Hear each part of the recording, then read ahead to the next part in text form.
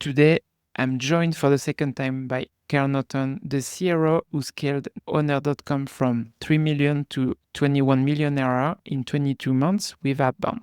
But he doesn't believe in AI SDRs. Why? Because 95% of AI SDR setups are raced to the bottom. Kyle has been saying this for months on the Revenue Leadership podcast, and in this part 2 conversation, we break down how the sales team actually uses AI in Outbound, why they're opening an office for the BDR team on top of their remote team, and their outbound growth plans. By the end, you will understand why internal AI use cases are far more powerful than external ones. Welcome back to the Outbound Kitchen podcast. I'm Eric, the Outbound Chef, and this is your go-to resource for scaling outbound. Let's get cooking. Hey Kyle, welcome back to the show. Thanks for having me back. I didn't do so bad last time that I wouldn't get the invite. Yeah, I think last time we talked a lot about outbound, but I don't think we talk about everything. So I'm glad to have you back and to talk about to have part 2 with you today. I'm excited. Looking forward to it. So let's start with AI. I know AI it's a big topic, and I know actually last week I was talking with SDR leaders, and we were talking about AI, and a lot of them didn't know how you can use AI actually, other than just call outreach. I know a lot of people talk about AI SDRs. So what's your take on AI SDRs and AI in general for outbound? Yeah. So I try to be as much of a non-dual thinker as possible, and so um, I don't say AI SDR can't work.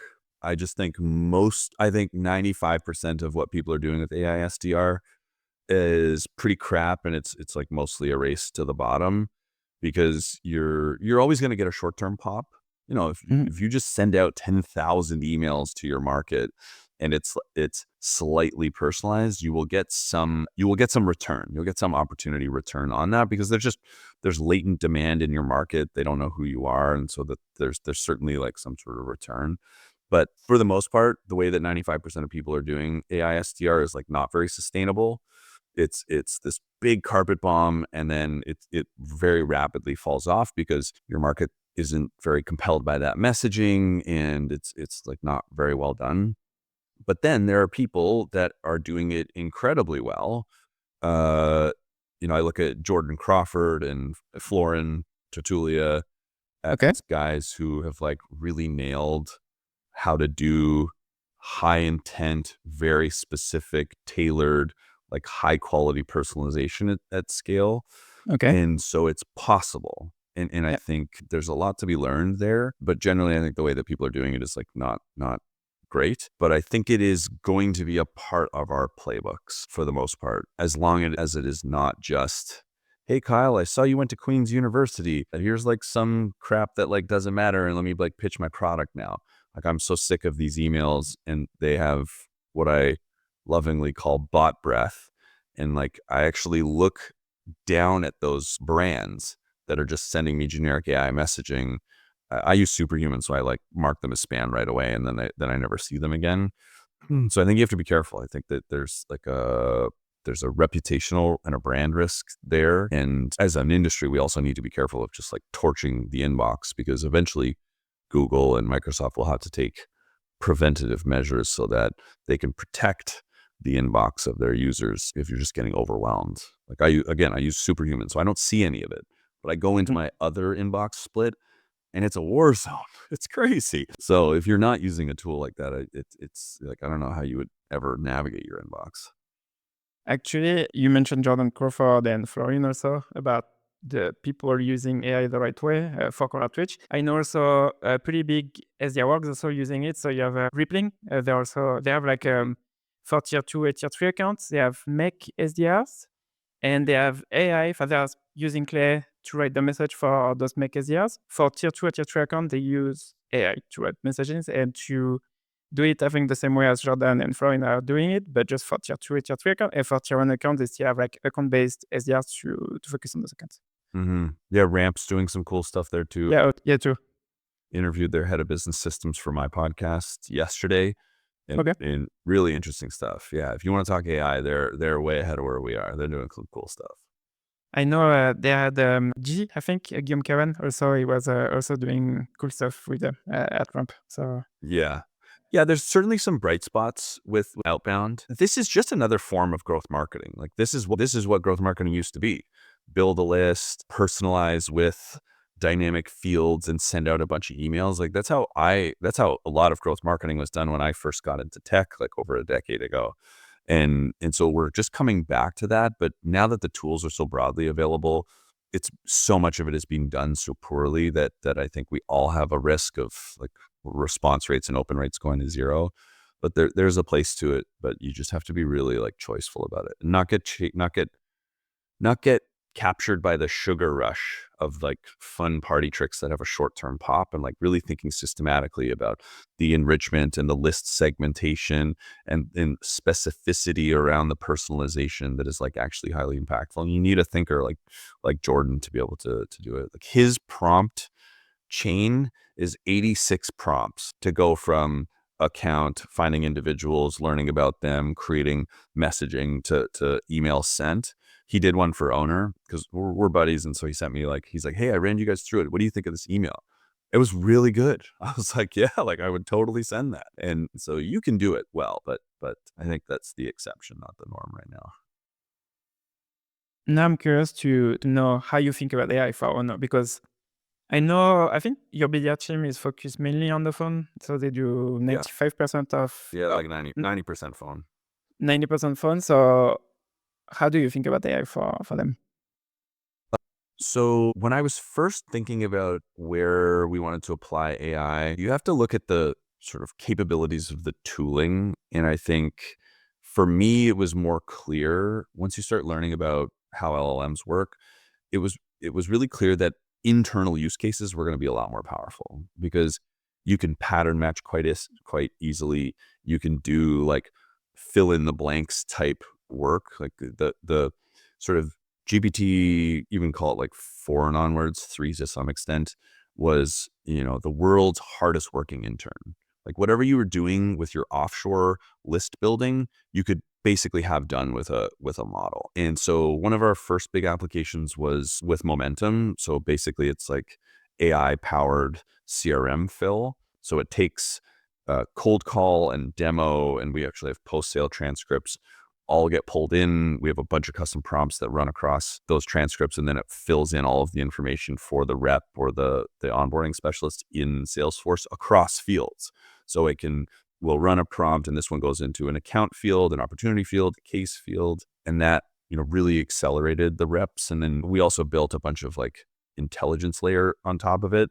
So if certain things are happening on a call that we don't want to have happen, we can flag that to a manager with an alert because the LLM's pulling that out of the call. So that was a big use case. And honestly, like tons of what we do AI wise is momentum driven because I could just do whatever I want in there. I could run a prompt across all the customer interaction and then have it right into Salesforce or Slack. And so that really becomes the engine for a bunch of stuff like spiffs. Mhm. Like I want to run a spiff.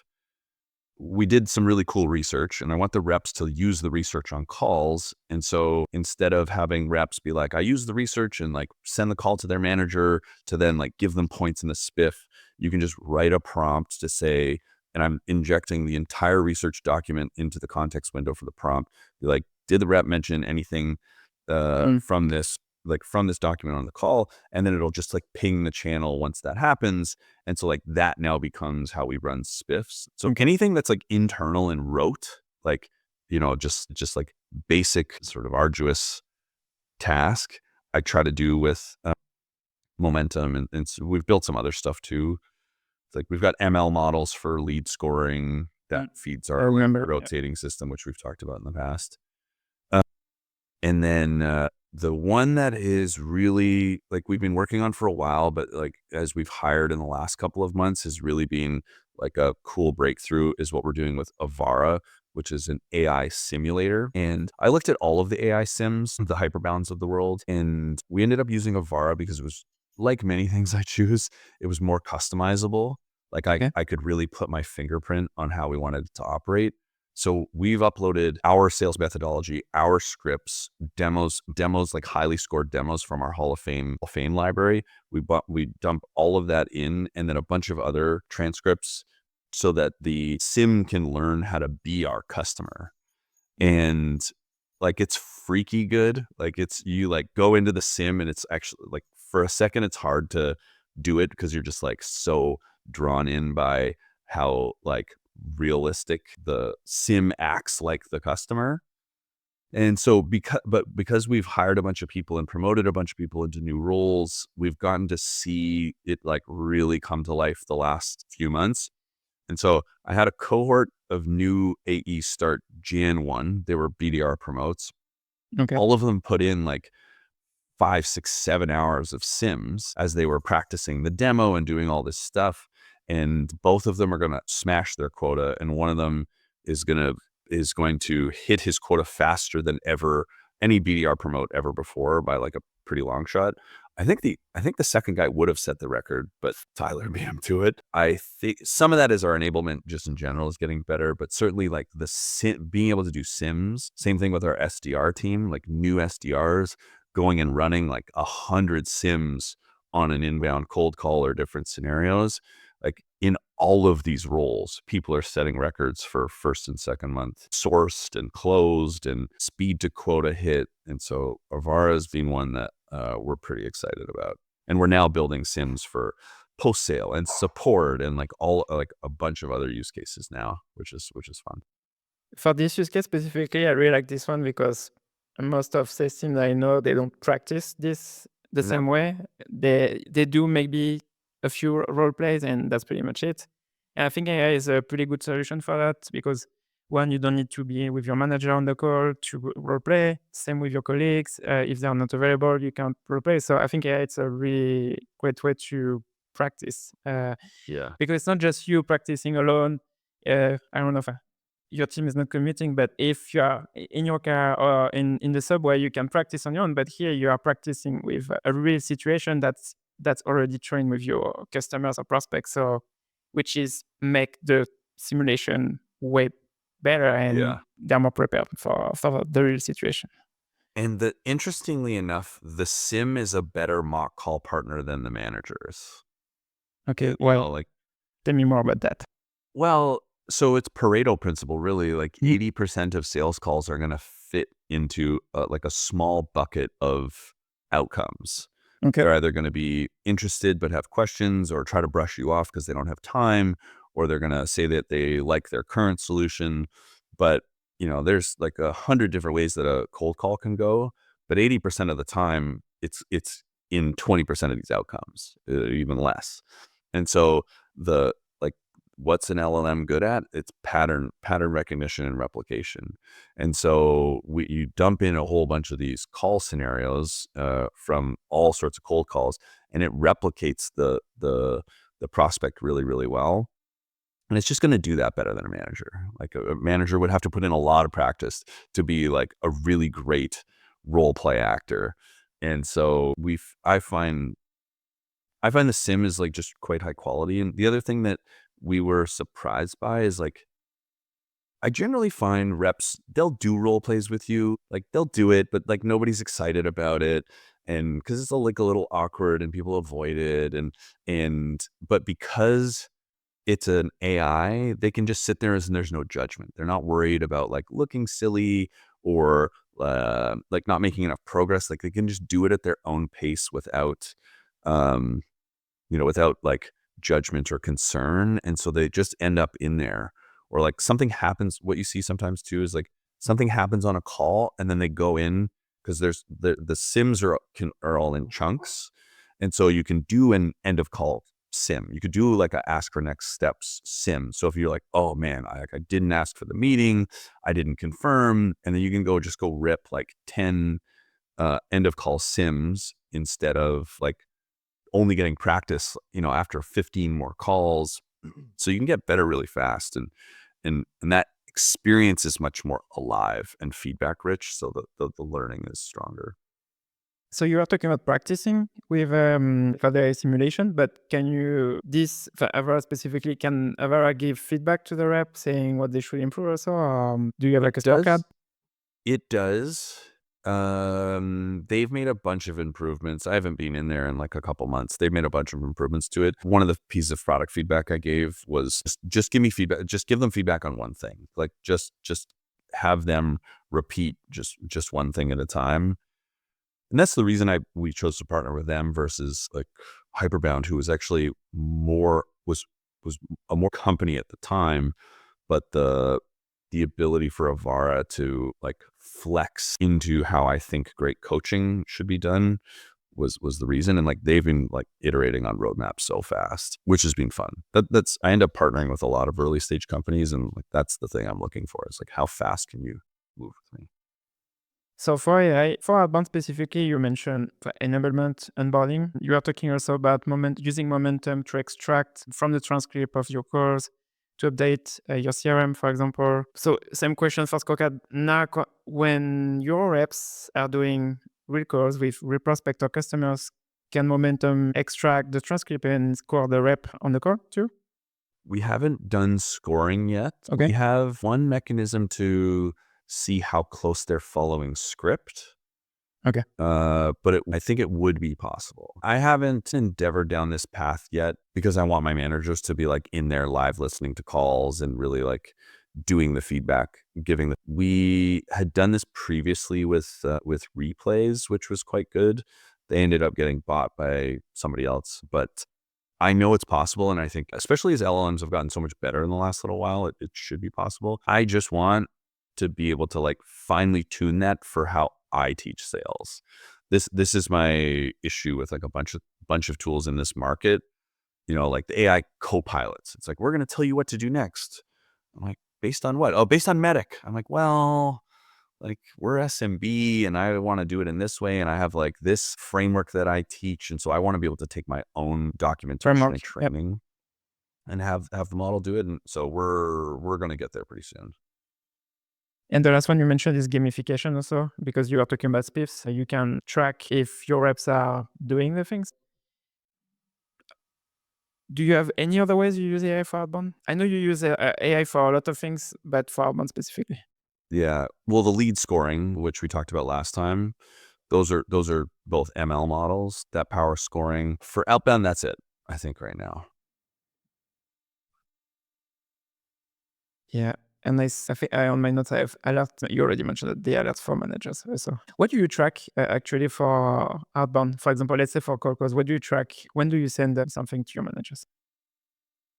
Cold call adherence would be one of the big ones.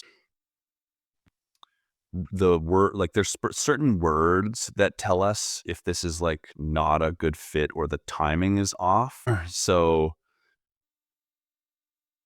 there's alerts that are set up that like if BDR books a call, but some of these keywords have been mentioned, it'll get flagged and it's like, hey, we shouldn't take this call. Like that's an unqualified account by some criteria that you can't know digitally, but it can come up on a call. And sometimes the BDR just like books the meeting anyways. They're not thinking or they don't remember, but then this is like the assist. So there's a few of those as well as like they're like guardrails, just like the bumpers down the bowling lane to keep people as unframework as possible. Gotcha. Now, I want to focus more on annual planning, and I know that's something you love to talk about. So we talk a lot about Outbound, and I know Outbound's pretty efficient for you. So how do you think about Outbound now in your annual planning in terms of headcount? Because yes, the old model is obviously if you want to scale is to add more people, and you can scale with that. I know that's not the way you are thinking about it.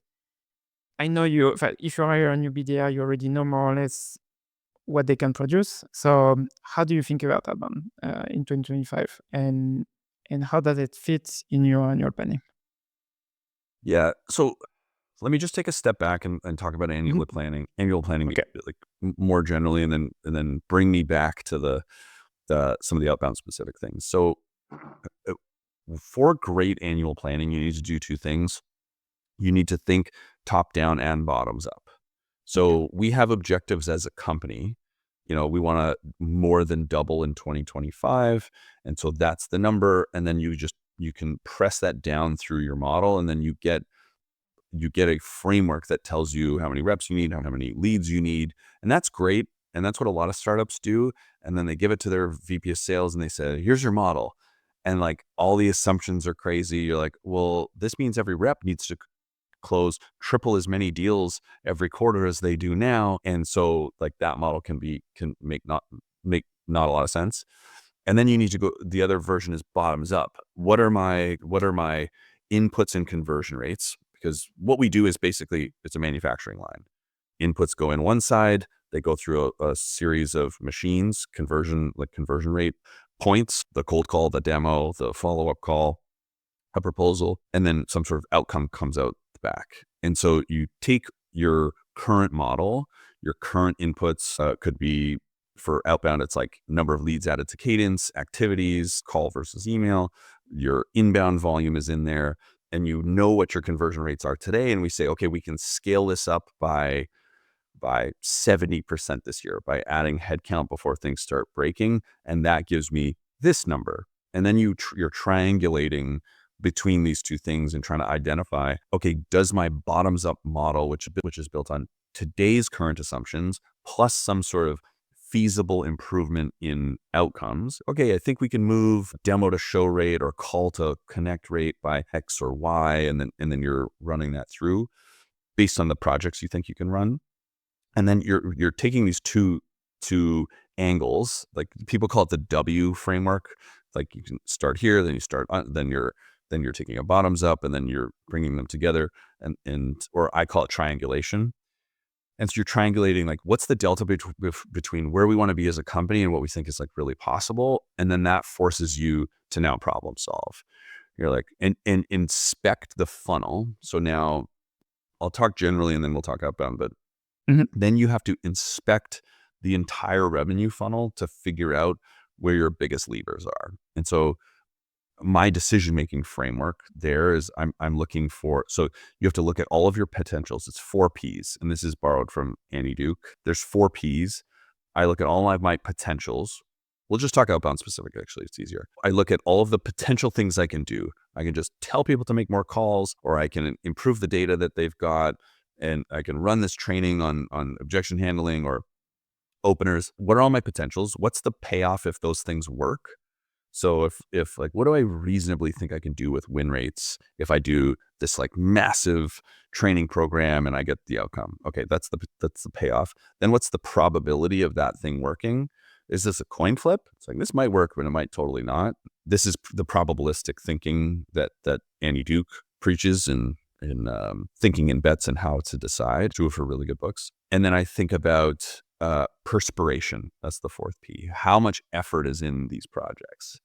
And so I now have I look at my full funnel, and usually it jumps out at the page at you. Like if you are worth your salt as a revenue leader, like you can look at this and you sort of know from the anecdotes of your sales team, like where you have problems, and you can be like, okay, it's AQL to book rate.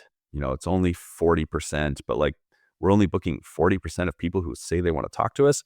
Like if we go fix that, because it's at the top of the funnel, the volumes change drastically the rest of the way through.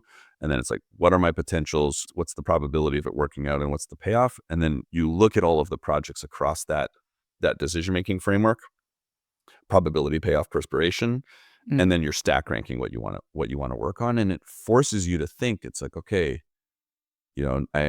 I'm now improving conversion rates here and inputs here, but like I still have a delta in my model. And so now I'm forced to think through, okay, well, I need a new channel. So do we need to stand up partnerships and reseller? Do we need to think about like a customer referral program? Like that triangulation forces you to now appreciate the reality of the business and then start problem solving from there. And same thing happens in outbound. You're like, we have the budget to do this, but the company wants 40% more than that. And so like, how are we solutioning? And that's ultimately what you get paid for. Like that's what we get paid for as outbound leaders and as revenue leaders, is to go like solve that problem. And you're looking at innovative technologies. Maybe like I'm going to carpet bomb my market with like crappy messaging through an AI SDR, or go hire Jordan and just have him do it for you. Then you're problem solving, you're figuring it out, and you can go. And could you give an example actually for Outbound for this year for you? Something you identify that should be fixed or improved maybe? Yeah. So we're thinking a lot about book to show rates right now, because there's a bunch of cool stuff happening, but and we've built some frameworks and playbooks, but I think the adherence is pretty spotty. And so book to show rate in BDR specifically is an area of opportunity.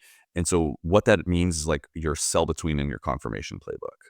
So after you book a meeting, what are you sending to the prospect to keep them warm between today and tomorrow when the meeting happens, or today and 2 days from now when the meeting occurs? And then what is my playbook to confirm that meeting? And so some reps are hyper diligent, and they make the call 4 hours before, and then they send the text and at the meeting starts, and then they're like right on top of it. And then others not so much. So what do we need to do to drive a level of rigor so every BDR can run that playbook perfectly every time?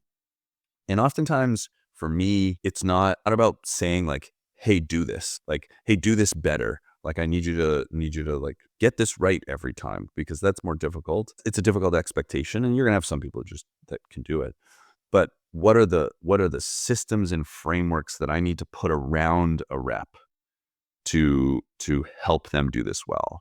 It's a reminder system. It's like prompting stuff in Salesloft. It's like an intelligence layer, so that, we can get the data to say, okay, because you can look at events and look at the call event compared to the meeting event, and Mhm. look at by rep, how many activities are within 2 hours of a meeting event happening. And then you could get the data to say, all right, our highest performing reps on book to show are the ones who have a density of more than 3 activities logged per account that they have a Mm. meeting within like 3 hours. And so like, what is that layer? We haven't built that yet. This is like sort of ideation, but then I can give that information to the reps so they have visibility every day, and that feedback mechanism to be like, okay, I'm trying to get better at this thing. Here's my metric to move. And then you put it in their dashboard so they see it every day. And then it's like a drumbeat. We call it our secret sauce, because we sell to restaurants, but every rep has a secret sauce for the month, and it's the one thing they're trying to get better at. It's Mm. the one thing that will most move the needle. And so like programmatically across the team, I think it's book to demo, and or book to show, and we're doing a bunch of stuff. But then just craft, like we're just trying to get the craft of our team better all the time. And so my big focus on the managers the last couple of months has been just like dialing in their coaching. So they're only coaching one thing at a time. The reps are getting good at identifying what they want their secret sauce to be, and then just like getting repetitions in the data on their secret sauce. So that's been really helpful. And something you mentioned that's interesting also, I know you talk about the secret sauce, but for me, it's like you are helping them creating a habit and you said on sales love, you can see it on sales love, you can see it somewhere else. So you are also here to help them build this habit. Yeah. And so most of this is just shamelessly stolen from James Clear and Atomic Habits. Like, how do you form a good habit? Your habit. Yeah. Yeah, yeah. Make it easy, make it visible, make it rewarding. And so how do I, and it's environmental design. And so a lot of the time it's just about doing the things that gently nudge somebody towards doing something better. It's called nudge theory from behavioral economics. Mhm. There's a really good book by Richard Thaler called Nudge. An example like of nudge theory is in England, they wanted more people to become organ donors. So on the form, they used to say, check this box to become an organ donor. And now it's check this box to remove yourself as an organ donor. So that you have the effortful action, the action that has friction, which is checking a box, is to opt out. This is a really simple one. Opt out versus opt in is gonna always drive a certain behavior. And that skyrocketed their opt-in rates for organ donorship. And so you really have to think about the design of the digital environment you're giving to your teams. And every piece of friction you put in the way of your rep doing the thing you want them to do is bad. And so how do you make the easy thing low friction and the hard thing high friction is an example of environmental design. Same thing with, like I'll give you a concrete example which was a cool one. Around, so one of James Clear's like principles is make it visible. And so this is what my head of RevOps did 2 companies ago. We did an analysis and we looked at all of the activity going into tier A, B, and C accounts. And we're like, wow, our team's like spending 25% of their time touching tier C accounts that like we don't really ever want to meet with. And only 30% of their time was in tier A accounts. But like we were not account constrained. And so what Steve did to make the thing you want to happen more readily visible is, so on the main BDR dashboard that they looked at every day to see how their stack ranked against their peers and what's going on, he made the top left module in the dashboard activities by account tier. And so everybody saw, and he didn't say anything. This was the cool thing. He did this as an experiment. We weren't going to say anything. We were just going to put this module in the dashboard, and the reps are going to see, who's putting activity into the whatever quality accounts. And it snapped to like 80% activity into A tier accounts within the course of weeks without him saying anything. And that's like a James Clear, make it visible type of environmental design thing. So this needs to be in our heads constantly as leaders. Yeah. Like, what are those principles that are habit forming? No, that's I think that's a good example, because creating a new habit, it's tough if you don't create the environment for it. So Yeah. I'm curious also about Outbound and for your account planning for this year. Earlier I was saying that you are pretty efficient with Outbound. And how do you think about hiring specifically for AEs and BDRs? I know, I think, I don't remember which podcast, but you are mentioning that you have like a TAM of 300,000 restaurants in the US. Mm. So what's the limit? Because I imagine you can hire like infinite number of BDRs or AEs. So how do you think about that?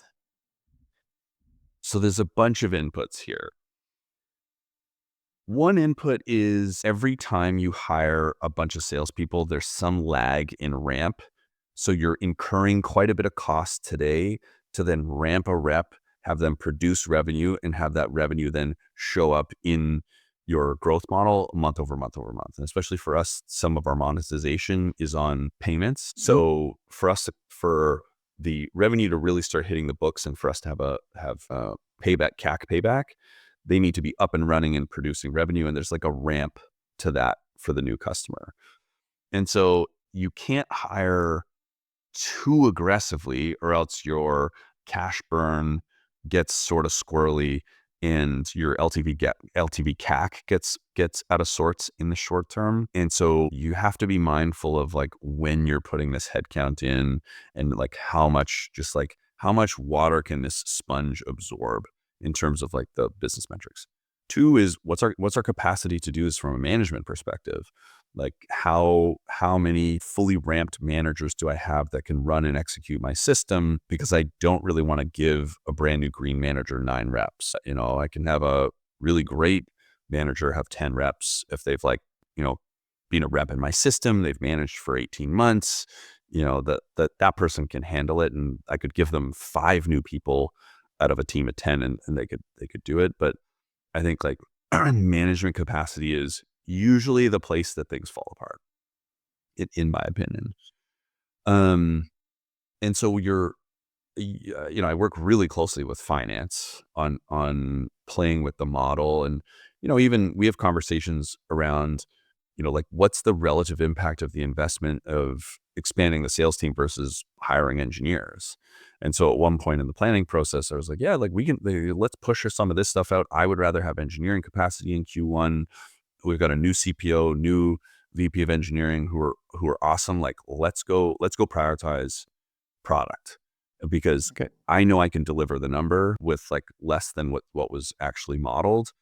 And so like in my role as a CRO, like those are the optimization decisions I'm making. And And so, yeah, you just have to know, and the quality of your system matters a lot. If your documentation sucks and new BDRs are asking a million questions every day because the only place they can get an answer to something is from their manager or from a buddy, you can't take in that many BDRs at a time. If you're like us and everything is written down, we got videos for stuff, and like our LMS is squeaky clean because we've got like an awesome enablement team. Yeah, like we're going to bring in a cohort of probably like 10 newbies in March, and like we brought in big cohorts in the last couple of months, and they'll ramp pretty well. So you like have to be honest about what the state of your business.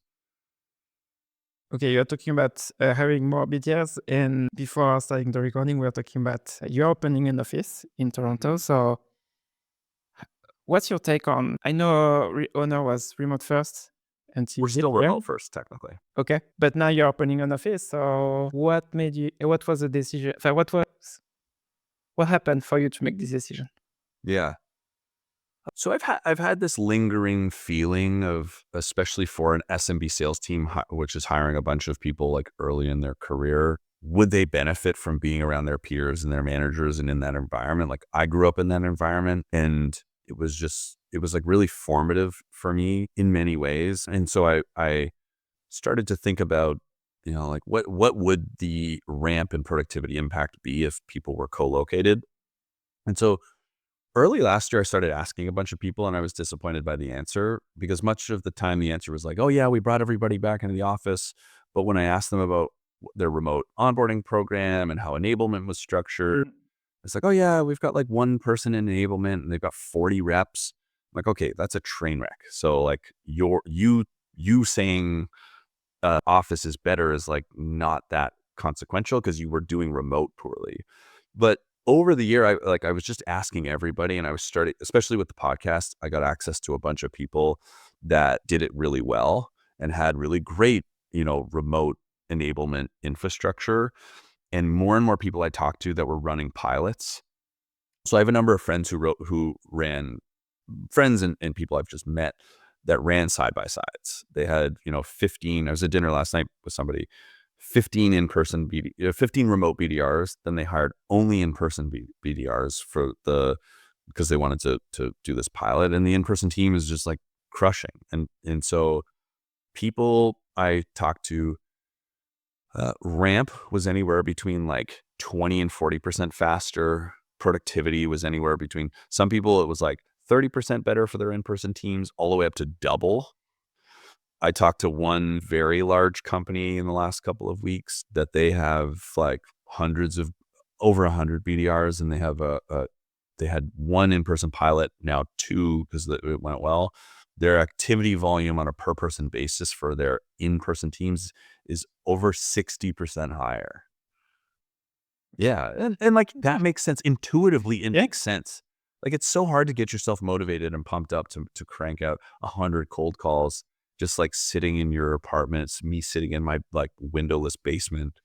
That takes a very different level of willpower versus, I remember it, like you're around all your buddies, everybody's ripping dials. Like you just can't, you're just like, oh, I gotta make calls or I look like an idiot. And so, I talked to a bunch of really smart people in every single pilot. I didn't talk to one person whose pilot did not pretty heavily favor in person. And I just think like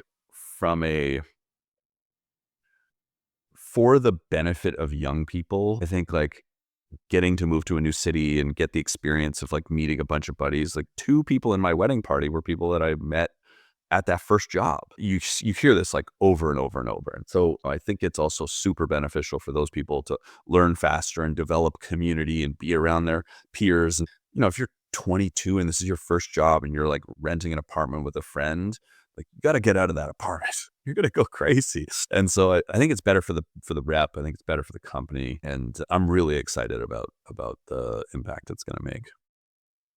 I know KD was the first one talking about the impact, remote versus in office, on sales performance. And I think it was at the beginning of COVID, he was talking about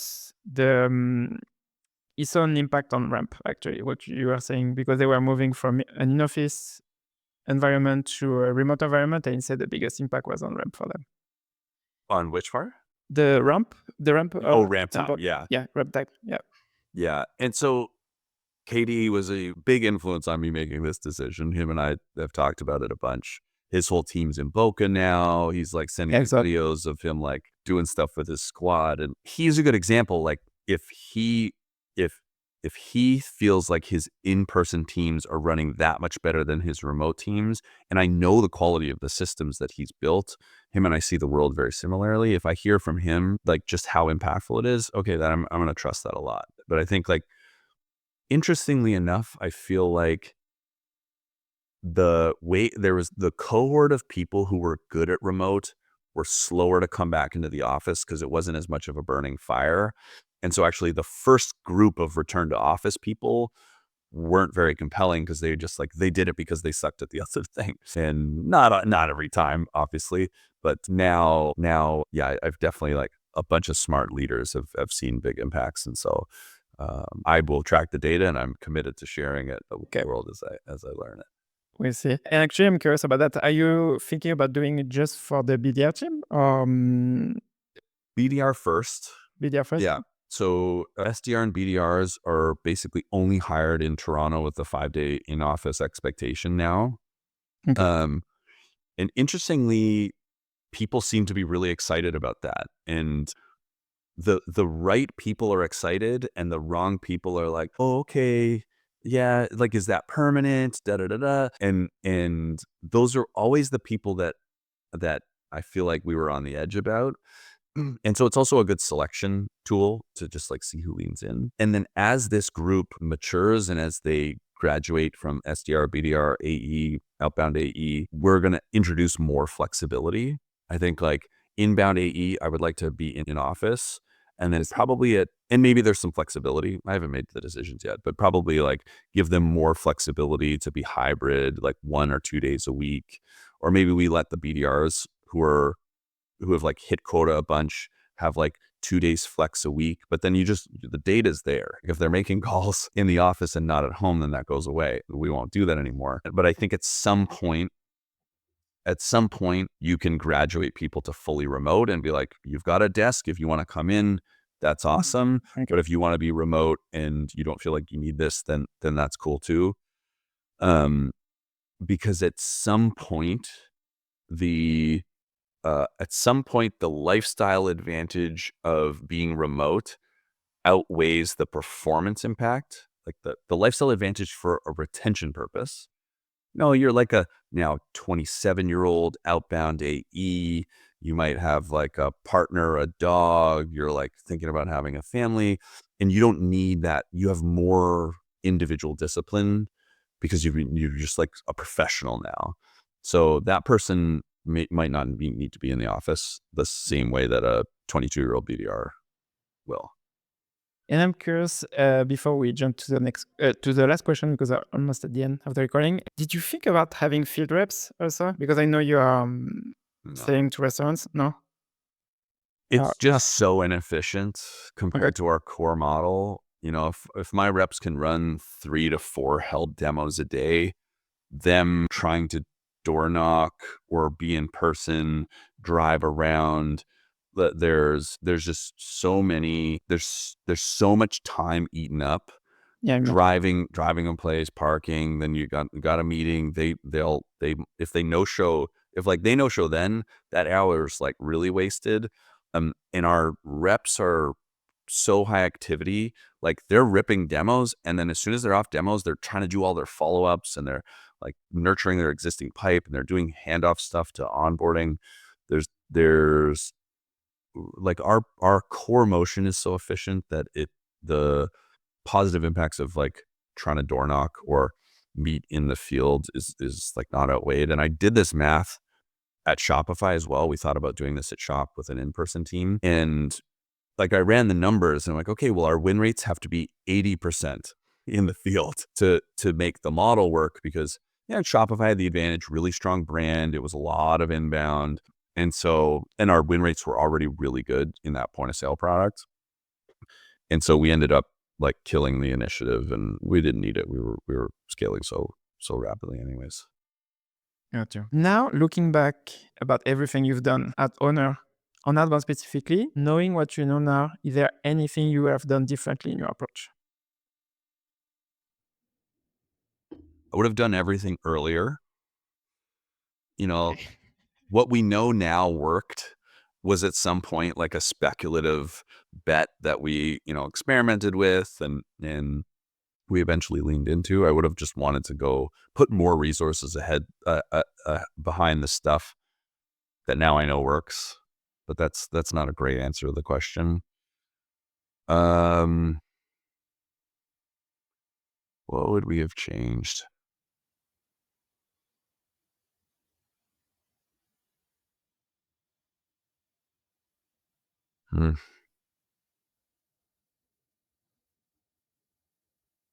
I might have done this in-person experiment earlier.